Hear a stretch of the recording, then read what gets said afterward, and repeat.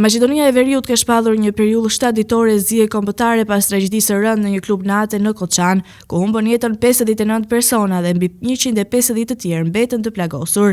Në mbar vendin mbizotron heshtja, ndërsa ekipet mjekësore janë në garë me kohën për të shpëtuar të mbijetuarit që po trajtohen në spitale brenda dhe jashtë vendit. Ministri i Shëndetësisë Arben Taravari ka bërë të ditur se shumica e pacientëve ndodhen në gjendje të qëndrueshme.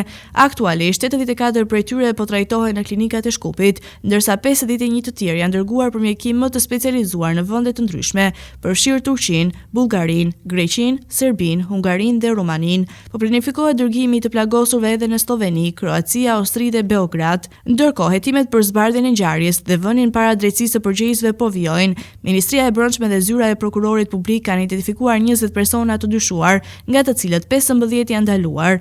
Mes tyre është djali i pronarit të lokalit dhe një ish zyrtare e Ministrisë së Ekonomisë e dyshuar për falsifikim dokumentash. Tragjedia u shkaktua nga përdorimi i fishek zjarreve në mjediset e klubit, që ndezën zjarrin vdekjeprurës.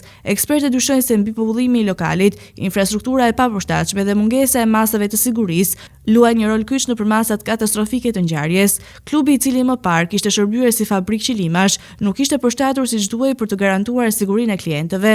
Tragjedia ka tronditur opinionin publik, ndërsa autoritetet premtojnë masa të forta për të shmangur ngjarje të tilla në të ardhmen.